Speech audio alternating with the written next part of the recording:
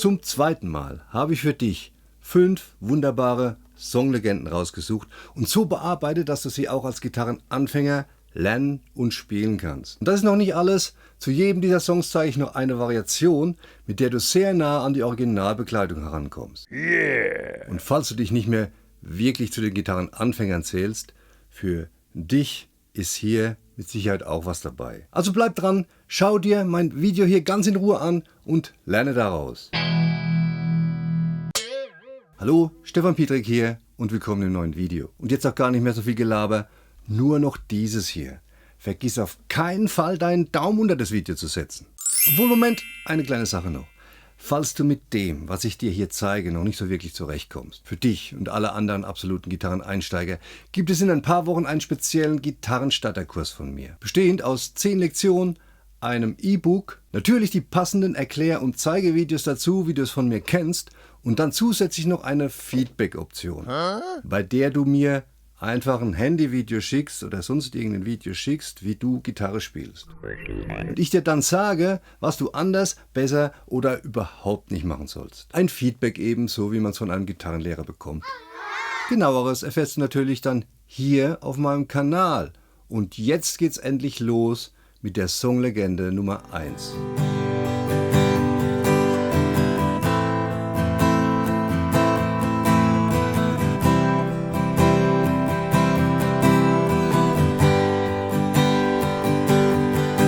Für What's Up von den Four Non Blondes brauchen wir hier 3 Akkorde. Und zwar ein G-Dur, Mittelfinger, 3. Bund tiefe E-Seite, Zeigefinger, 2. Bund A-Seite und Ringfinger auf den 3. Bund der hellen E-Seite. Oder erkläre ich immer dazu, wie ich den greife, das G-Dur. Ringfinger auf dem 3. Bund der tiefen E-Seite, Mittelfinger auf dem 2. Bund der A-Seite und kleiner Finger auf dem 3. Bund der hellen E-Seite. Gleicher Akkord, nur anderer Fingersatz. A-Moll mit dem Zeigefinger auf dem 1. Bund der B-Seite, Mittelfinger auf dem 2. Bund der D-Seite und Ringfinger auf dem 2. Bund der G-Seite. Und dann noch ein C-Dur vom A-Moll, den Ringfinger von der G-Seite weg und auf den 3. Bund der A-Seite.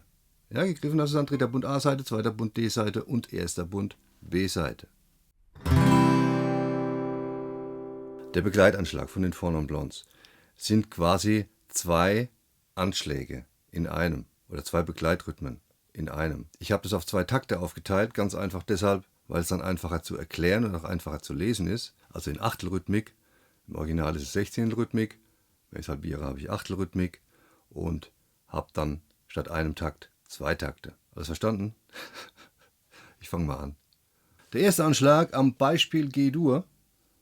1, 2 und 3,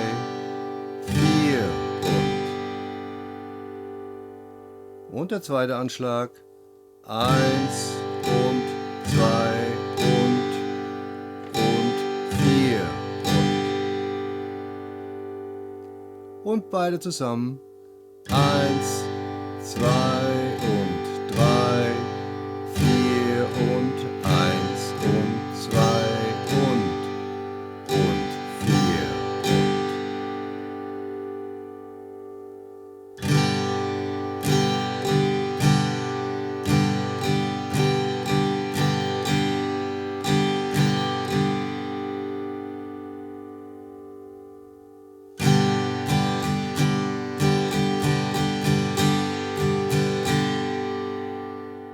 Das Lied beginnt mit 2 Takte G.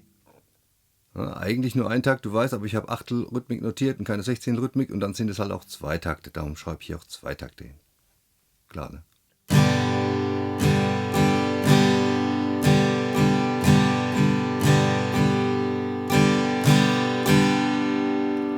Dann A-Moll.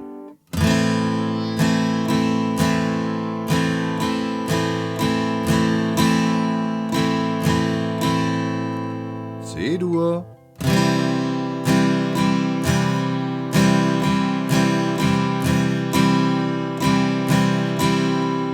Und wieder G-Dur.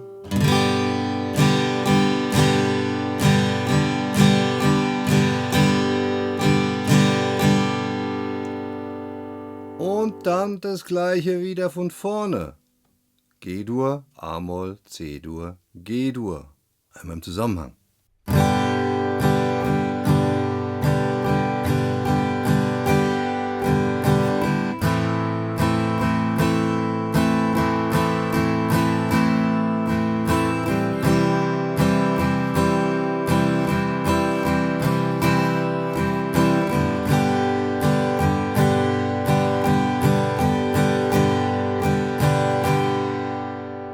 Und genau so geht es durch das ganze Lied. Immer der Wechsel G, A-Moll, C-Dur, G-Dur und dann wieder von vorne. Es ist so im Intro, es ist in der Strophe, es ist im Pre-Refrain und es ist auch so im Refrain.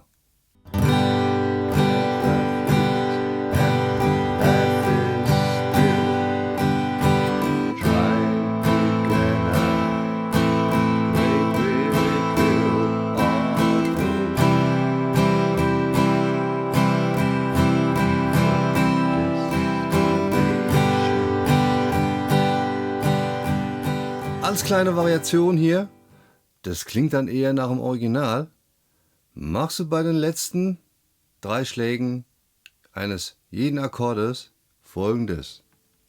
Du löst den jeweils untersten Finger von der Seite, also den gegriffenen Finger, den untersten gegriffenen Finger, von der jeweiligen Seite. Das klingt dann so. Beim G-Dur. 1, 2 und 3, 4 und 1 und 2 und jetzt den Finger weg und 4 und dann beim A-Moll 1, 2 und 3, 4 und 1 und 2 und Finger weg, Zeigefinger, ne? Und 4 und das wäre dann ein A-Sus 2. Dann beim C-Dur 1, 2 und 3, 4 und 1 und 2 und Zeigefinger weg und 4 und was wäre das? Ein C Major 7 und wieder G-Dur 1, 2 und 3, 4 und 1 und 2 und ein kleiner Finger weg und 4 und das Ganze mal im Zusammenhang.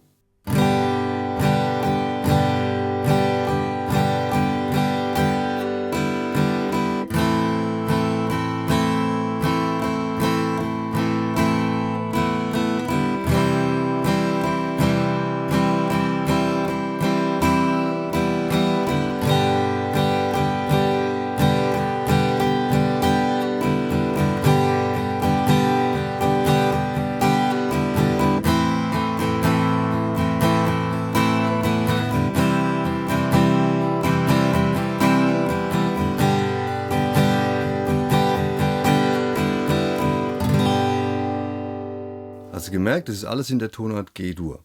Im Original, What's Up im Original steht in A-Dur.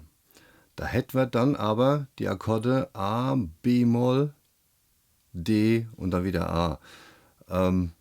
A, D, kein Problem, aber B-Moll wäre ein Barré. Dieser hier, ne? Will ich vermeiden bei den Anfängersongs, darum haben wir es in G-Dur gemacht. Wenn du es aber mitspielen willst oder die Originaltonart unbedingt spielen willst, dann nimmst du natürlich ein Capodasser, hier, schnallst das Teil in den zweiten Bund, so, festdrehen und spielst die gleichen Akkorde um 2 Bünde versetzt.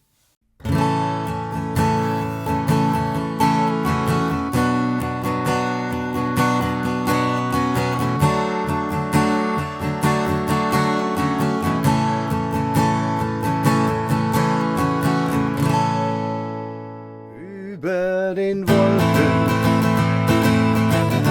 muss die Freiheit wohl grenzenlos sein. Über den Wolken von Reinhard May in der Easy Version. Allerdings auch mit einer Variation, die nicht ganz so easy ist, nämlich eine Zupftechnik, die man Mai-Picking nennt. Alle Ängste, alle Sorgen, sagt man, liegen darunter verborgen und dann die Akkorde bei Über den Wolken. Ein G-Dur, Mittelfinger, 3. Bund, tiefe E-Seite, Zeigefinger, 2. Bund A-Seite und Ringfinger, 3. Bund, helle E-Seite. oder einfach mit Ring-, Mittel- und Kleinfinger gegriffen, so wie ich das mache. Ein D-Dur. Zeigefinger, zweiter Bund G-Seite, Mittelfinger, zweiter Bund helle E-Seite und Ringfinger, dritter Bund B-Seite. Ein A-Moll. Zeigefinger, erster Bund B-Seite, zweiter Finger, also Mittelfinger, zweiter Bund D-Seite und Ringfinger, zweiter Bund G-Seite. Und dann noch C-Dur. Vom A-Moll den Ringfinger weg von der G-Seite und auf den dritten Bund der A-Seite legen. Also greifen, nicht nur legen, draufdrücken, natürlich. Eine Originalversion von Über den Wolken, die habe ich mir bei einer Live-Aufnahme von Reinhard May rausgehört. Gibt es auch als Video. Sind einige, ja, ist ein bisschen schwieriger, sind einige Variationen drin, May-typische Variationen, wie er es eben so spielt. Verlinke ich dir, müsste hier oben erscheinen gleich, falls du da mal reinhören möchtest. Natürlich. Oder reinschauen. Oder dich dran probieren möchtest. Vielleicht bist du ja schon soweit. Dann mach das. Aber wir sind hier in der Easy Version von Über den Wolken und beginnen mit einem einfachen Anschlag. Am Beispiel G-Dur. 1, 2 und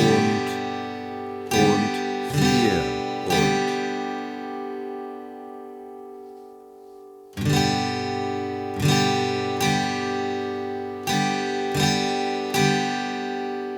Diesen Anschlag spielst du allerdings zweimal pro Takt. Nicht nur einmal, zweimal pro Takt spielen. Und das Intro beginnt mit 2 Takten G-Dur. Das heißt, eigentlich 4-mal den Anschlag. Ist aber tatsächlich nicht so, weil wir spielen nur den ersten Takt aus mit dem Anschlag und im zweiten Takt nur ein Abschlag auf die Zählzeit 1. Natürlich G-Dur. 1, 2 und 4 und nochmal. Der erste Takt und dann im zweiten Takt ein Abschlag. Weil danach startet direkt der Gesang. Also eigentlich bevor die Strophe beginnt. Der Gesang hat einen Auftakt. Und mache ich einfach mal vor.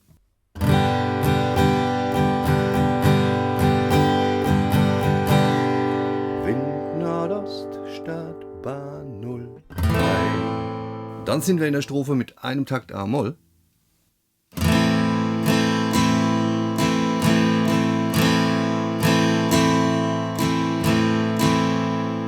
Du weißt, zweimal den Anschlag, ein Takt, dann auf D-Dur.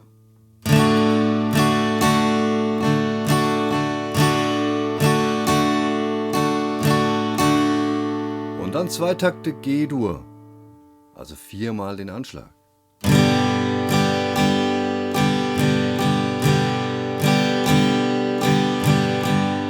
Nochmal G.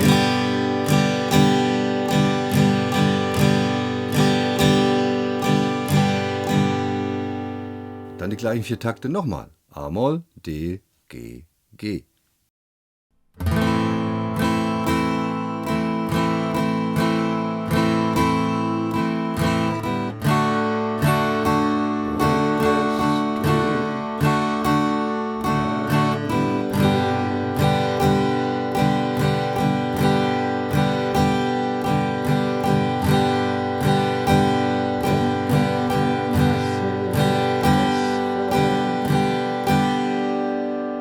Dann wieder A-Moll, D, G, G, A-Moll, D, G, G. Bleibt einfach gleich.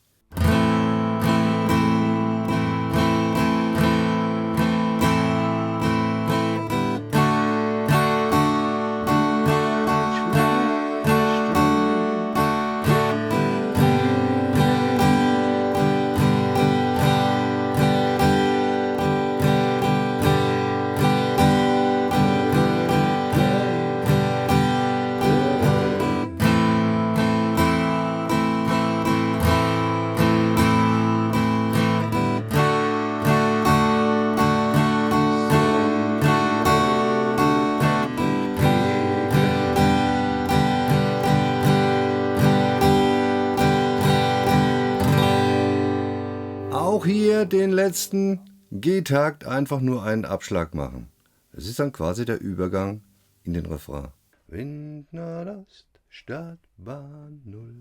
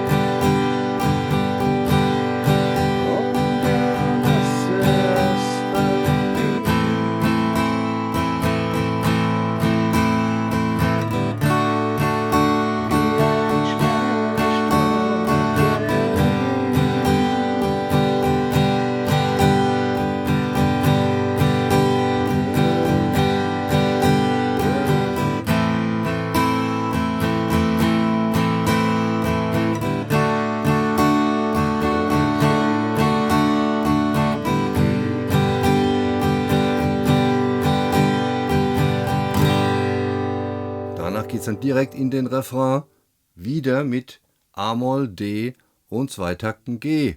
Und das Ganze zweimal. Genau wie in der Strophe auch, ne? Die 8 Takte in der Strophe A-Moll, D, G, G, A-Moll, D, G, G. Über den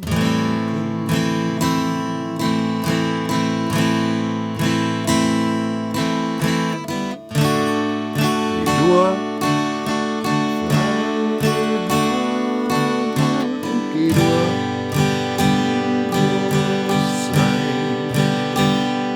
Nochmal G-Dur.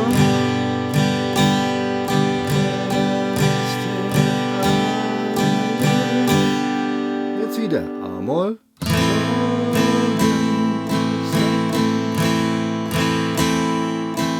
Wieder D.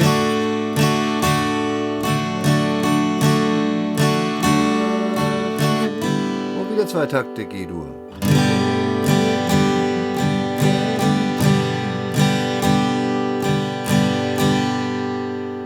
Dann kommt endlich mal was anderes, nämlich ein C-Dur.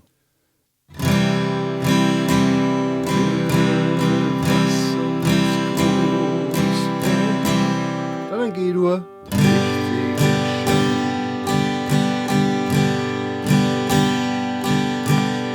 Und D-Dur.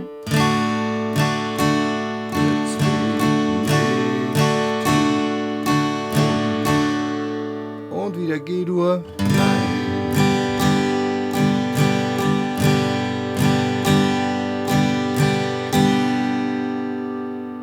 Und dann noch ein Schlag, ein G-Dur zum Abschluss vom Refrain, als Übergang in die nächste Strophe. Einmal den Refrain im Zusammenhang langsam für dich zum Mitspielen. Über den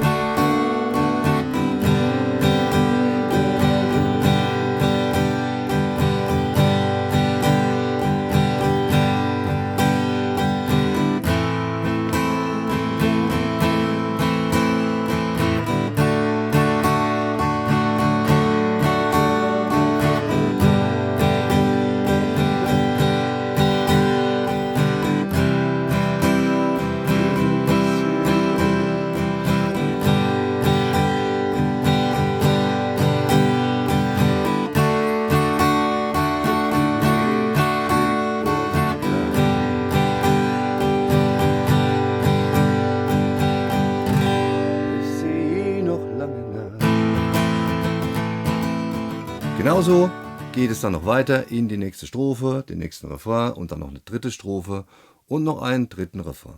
Am Anfang des Videos habe ich vom May-Picking gesprochen. Eigentlich eine Art Folk-Picking, nur dass man hier, das Reinhard May, nicht wie beim Folk-Picking üblich, den Daumen benutzt für die Zählzeiten 1, 2, 3 und 4 und dann nur noch Zeigefinger und Mittelfinger zupfen, sondern er zupft mit Daumen nur den Basston, den jeweiligen, und dann Zeigefinger, Mittelfinger und Ringfinger. Also Daumen, Basston, jetzt hier beim G-Dur, Zeigefinger die G-Seite, Mittelfinger die B-Seite, Ringfinger die helle E-Seite. Und die Zupftechnik hier, 1, 2 und 3 und 4. Ja, der Daumen auf die 1, den Basston,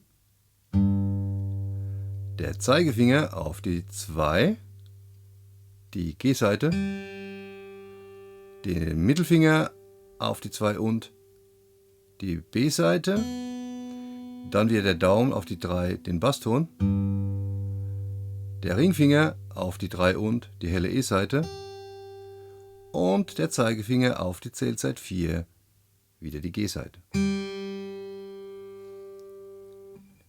1, 2 und 3 und 4.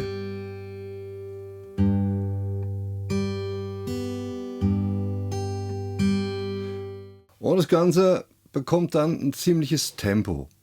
Ja, auch diese Zupftechnik muss man, genau wie den Anschlag auch, zweimal pro Takt spielen. Und das ist dann schon relativ flott, wenn man das so noch mitsingen will und dass es auch in in einem ansteigenden Tempo gespielt wird. Also ganz langsam ist das Lied ja nicht. Ne? Also da hast du schon, wenn du die Zupftechnik noch nie gemacht hast, schon ein bisschen zu tun, bis du die drauf hast. Die ist nicht wirklich schwer, nur um sie ins Tempo zu bekommen. Das kann ein bisschen dauern, aber mit Geduld schafft man fast alles.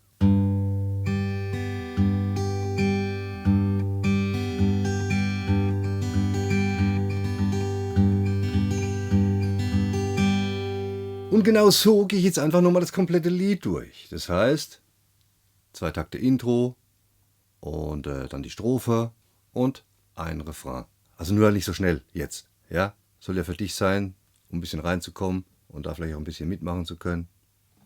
Los geht's.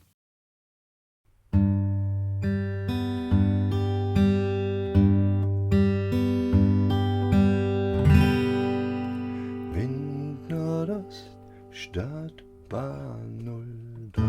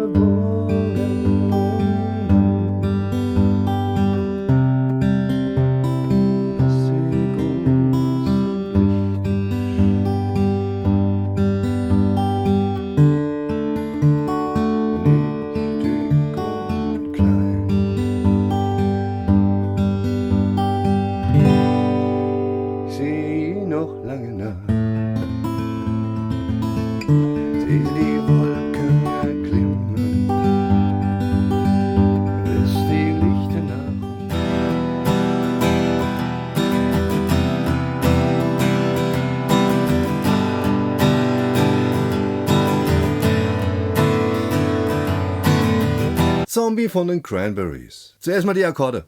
E-Moll. Ja, Mittelfinger, 2. Bund A-Seite, Ringfinger, 2. Bund D-Seite. Das ist der einzige Akkord, der hier als Standardakkord vorkommt. Die anderen sind so ein bisschen variierte Akkorde, aber nicht schwer. Ja, sie sind, ich zeige auch den Zusammenhang zu den Grundakkorden dann, außer bei einem, der ist ein bisschen arg speziell. Aber sie sind nicht schwer zu greifen, sie sind genau mit 2 Fingern zu greifen, nämlich das C Major 7. C Major 7 ist ein C-Dur ohne Zeigefinger. Ja, einfach der dritte Bund auf dem, der dritte Finger, der Ringfinger auf dem 3. Bund der A-Seite und der Mittelfinger auf dem 2. Bund D-Seite. Dann ein G6. Die beiden Finger vom C Major 7 einfach eine Seite nach oben wandern lassen. Ja, 3. Finger auf dem 3. Bund der tiefen E-Seite, Mittelfinger auf dem 2. Bund A-Seite. Und dann hier noch, der heißt dann tatsächlich so, wenn man das auseinanderklabustert, wie der denn heißen könnte. Und irgendwie muss ich ja hinschreiben. Am liebsten würde ich ja nur D hinschreiben. Ich glaube, ich habe dann auch nur, nee, habe ich nicht. Ich habe ihn ausgeschrieben. Das ist ein D6 Ad9 mit Fis im Bass. Ich erkläre jetzt nicht, warum das so ist. Ja? Er ist einfach so. 2. Bund, tiefe E-Seite mit dem Mittelfinger und 2. Bund G-Seite mit dem Ringfinger. kurz. E-Moll, C Major 7, G6 und D6 Alt9 mit Fis im Bass.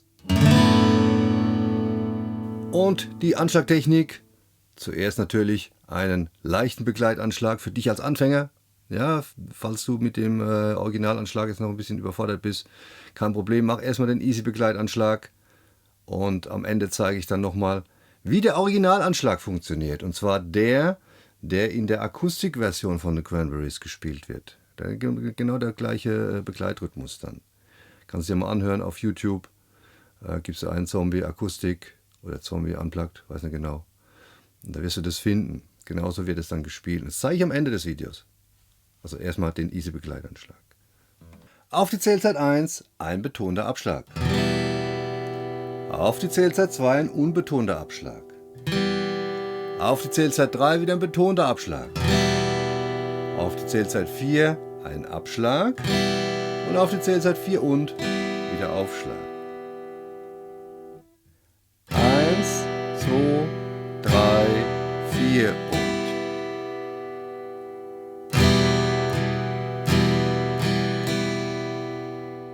Du musst hier unbedingt ein bisschen auf die Betonungen achten. Betont wird eigentlich nur der erste und der dritte Schlag, also die Zählzeit 1 und 3.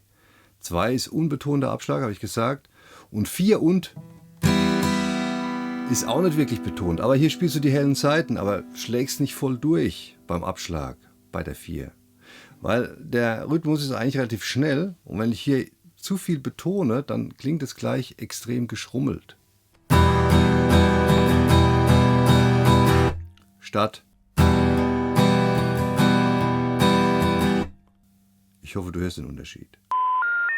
Ich habe es hier 2 Takte überall hingeschrieben, einfach weil der Begleitanschlag dann leichter darzustellen ist. Vor allem dann später der Originalbegleitanschlag leichter darzustellen ist, als wenn ich da mit Sechzehntelnoten hantiere. Ja, hier muss ich nur Achtelnoten erklären. Also die Zählzeiten 1, 2, 3, 4 und die Uns zwischendurch. Bei Sechzehntel-Zählzeiten hat man dann noch die E's zwischendurch. Das sind 1E und E, 2E und E, 3E und E, 4E und E.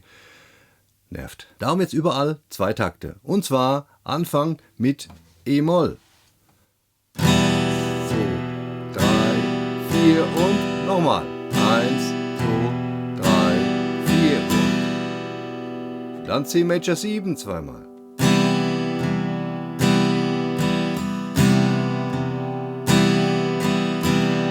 G6 zweimal.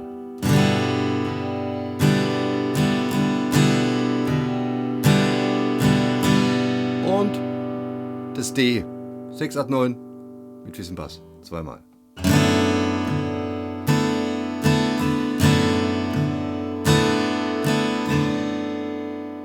Und mal im Zusammenhang.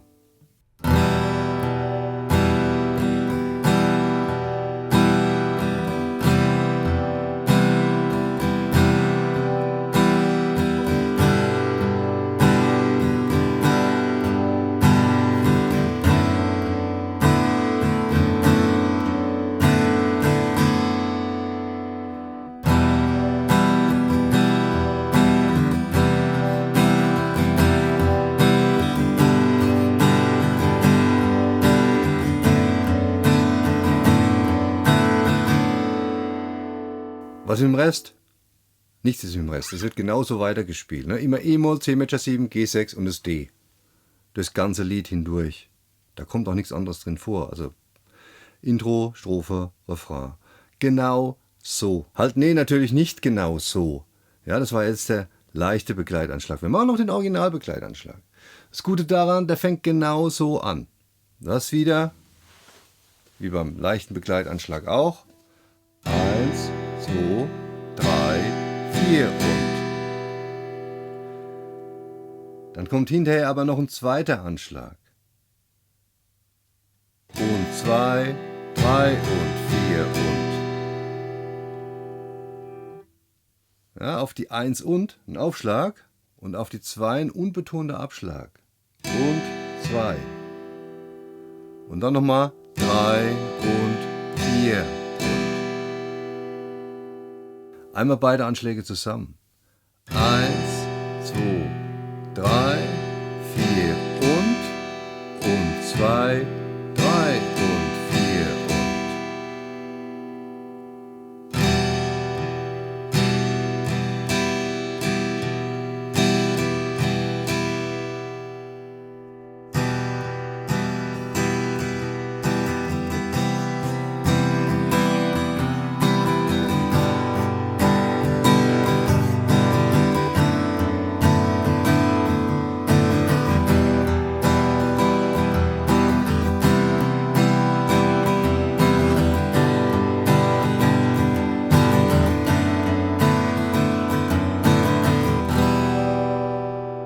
Nur noch mal langsam der Originalanschlag im Zusammenhang für dich. Ein bisschen zum Mitspielen. E-Moll, C Major 7, G6 und das Special D.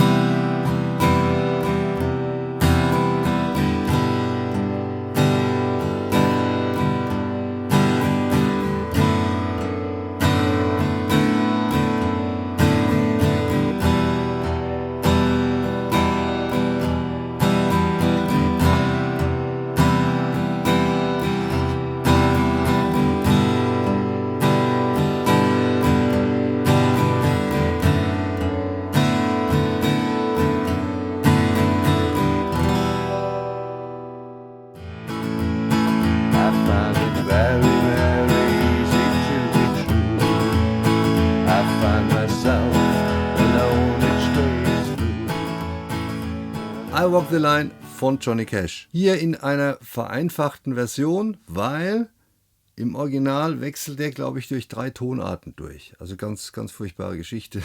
Wir bleiben ja einfach in der Anfangstonart drin, nämlich in A-Dur. Und haben folgende Akkorde. Ein A-Dur, Zeigefinger, 2. Bund D-Seite, Mittelfinger, 2. Bund G-Seite und Ringfinger, 2. Bund B-Seite. Ziemlich eng im 2. Bund dann. Dann ein E-Dur. Zeigefinger, 1. Bund G-Seite, Mittelfinger, 2. Bund A-Seite und Ringfinger, 2. Bund D-Seite. Und dann noch ein D-Dur. Zeigefinger, 2. Bund G-Seite, Mittelfinger, 2. Bund helle E-Seite und Ringfinger, 3. Bund B-Seite. Das war's auch schon mit den Akkorden. Wir kommen zum Begleitanschlag und natürlich erkläre ich das Lied wieder mit einem Easy-Begleitanschlag für Gitarrenanfänger.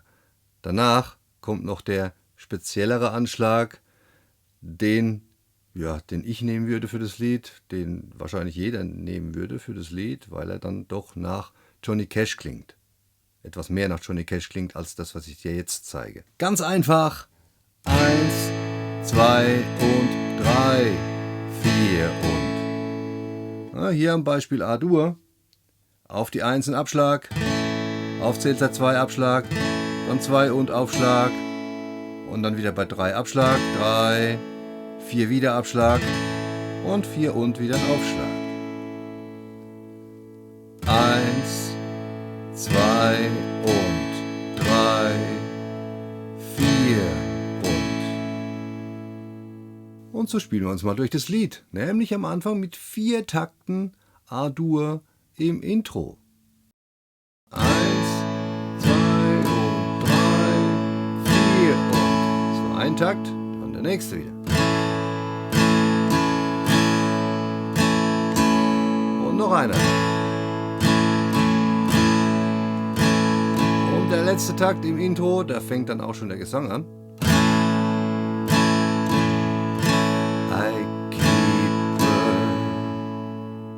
Wir kommen jetzt in die Strophe, ne, mit 2 Takten E-Dur. Dann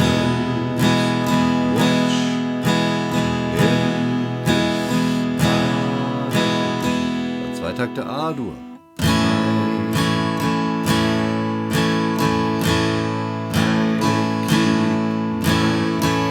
2 Takte E-Dur.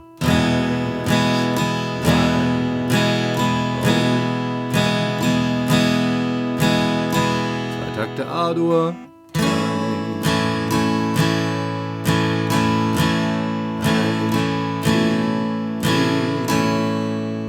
Takte D-Dur.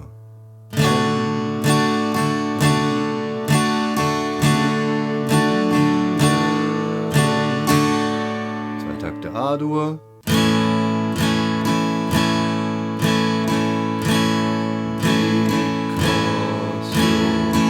Zwei Takte E-Dur.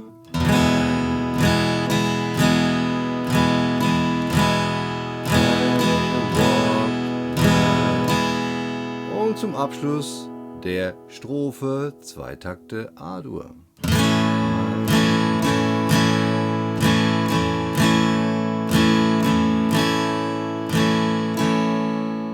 Einmal Intro und eine Strophe im Zusammenhang.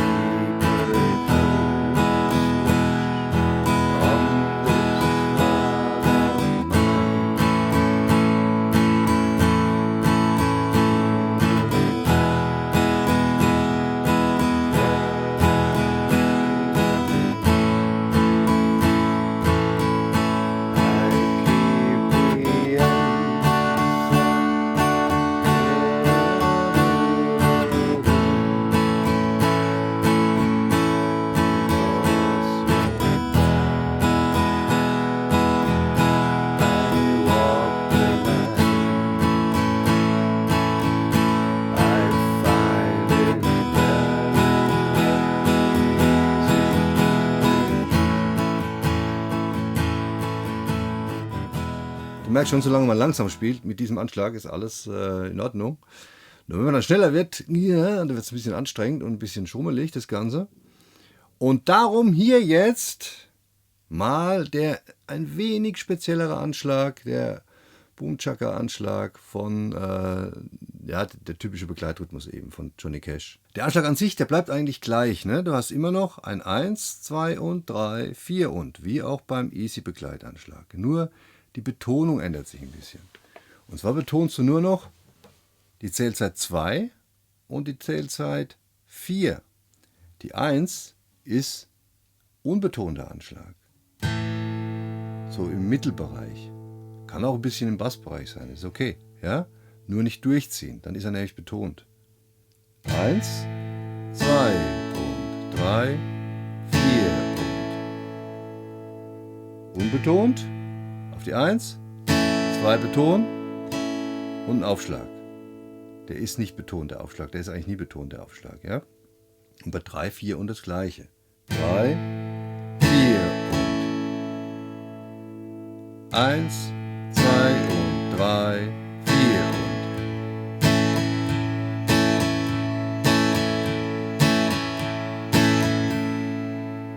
und genau mit diesem Anschlag spiele ich jetzt nochmal das Intro und eine Strophe durch.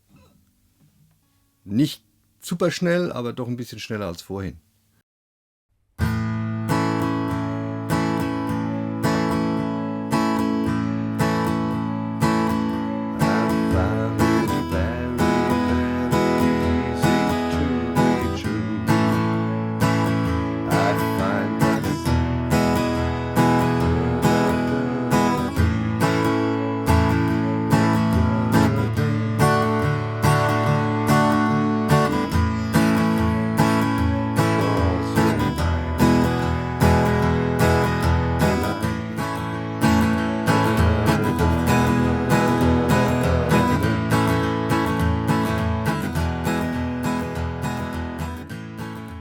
Was ist denn los?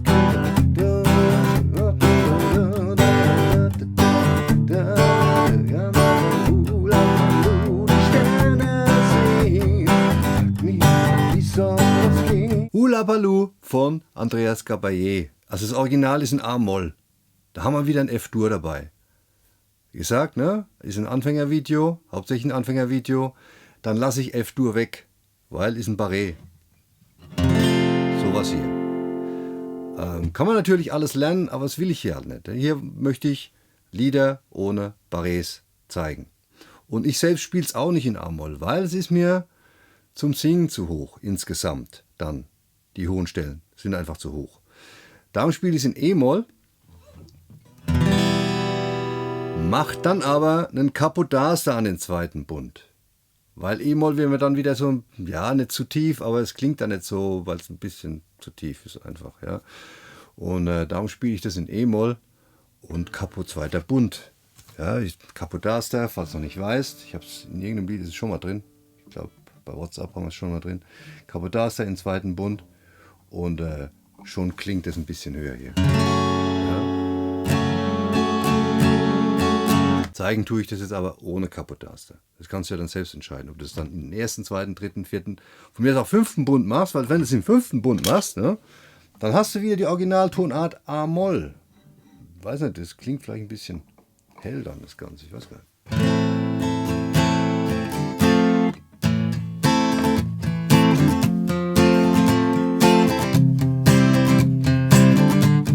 Ja, es klang nicht so.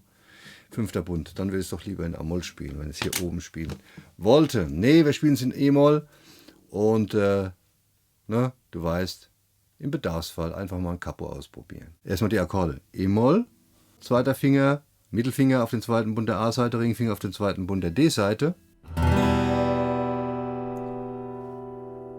C-Dur, Ringfinger dritter Bund A-Seite, Mittelfinger zweiter Bund D-Seite und Zeigefinger erster Bund B-Seite. Dann wieder das G-Dur, Mittelfinger dritter Bund tiefe E-Seite, Zeigefinger zweiter Bund A-Seite und Ringfinger dritter Bund helle E-Seite. Und auch hier zeige ich meine Version, einfach nur mit anderen Fingern gegriffen. Ne? Ringfinger, Mittelfinger und kleiner Finger. Dann haben wir noch ein D-Dur mit Zeigefinger zweiter Bund G-Seite, Mittelfinger zweiter Bund helle E-Seite und Ringfinger dritter Bund B-Seite. Und auch hier natürlich zuerst der Easy-Begleitanschlag. 1, 2 und 3, 4 und ab, ab, auf, ab, ab, auf.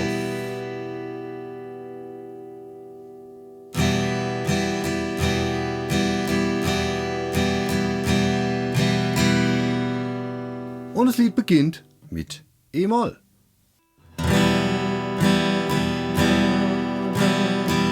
Dann C-Dur ein Takt. G-Dur ein Takt. Und D-Dur ein Takt. Und dann das gleiche nochmal. E-Moll, C, G und D.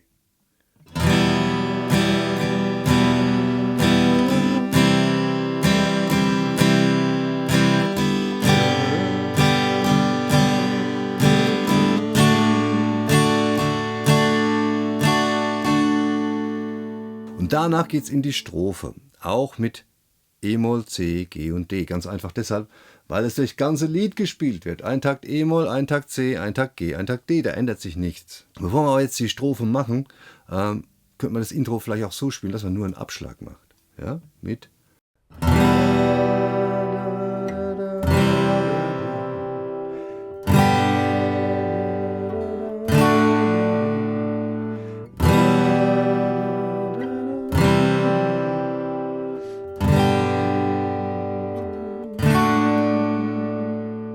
und dann in der Strophe mit dem Anschlag anfängt. E-Moll, dann C-Dur, G-Dur und D-Dur. Wieder E-Moll, C, G und D.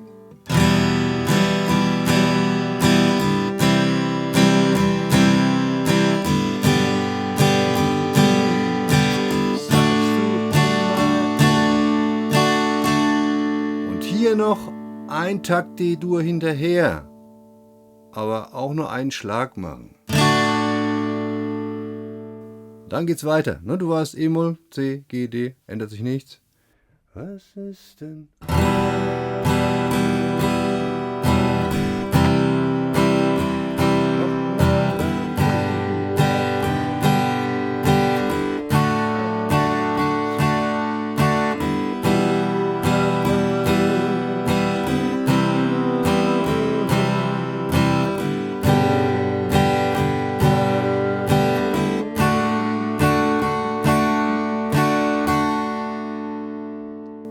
dann wieder in den Refrain. Also das Intro, ne?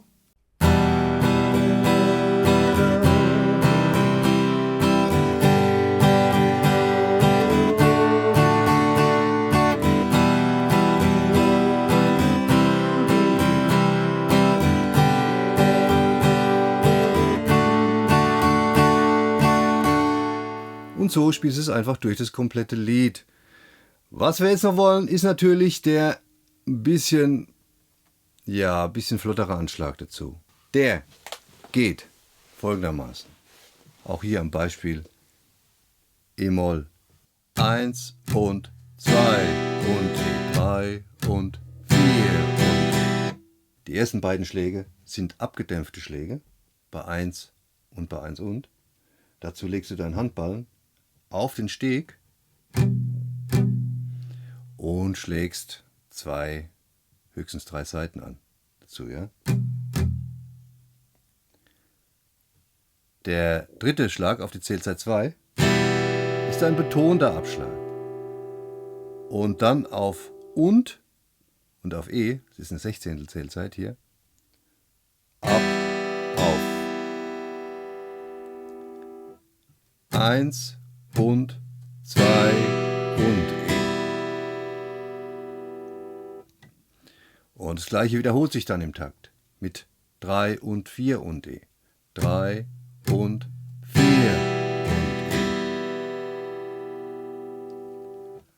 E. 1 und 2 und E3 und 4 und E. Ja, und so kann man das Lied dann auch durchspielen, so klingt es ein bisschen flotter, machen wir gleich mal.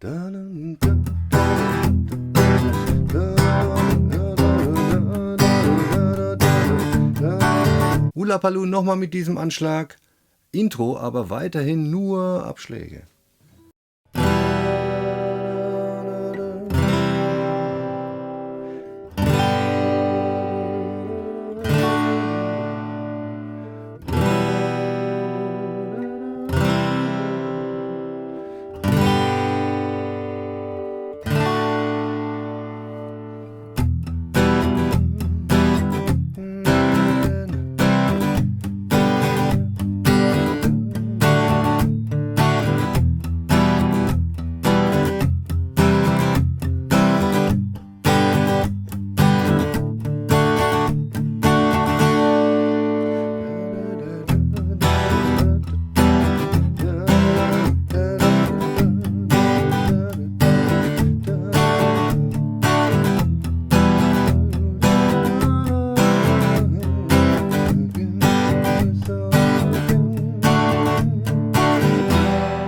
Das waren meine 5 weiteren legendären Songs für Gitarrenanfänger.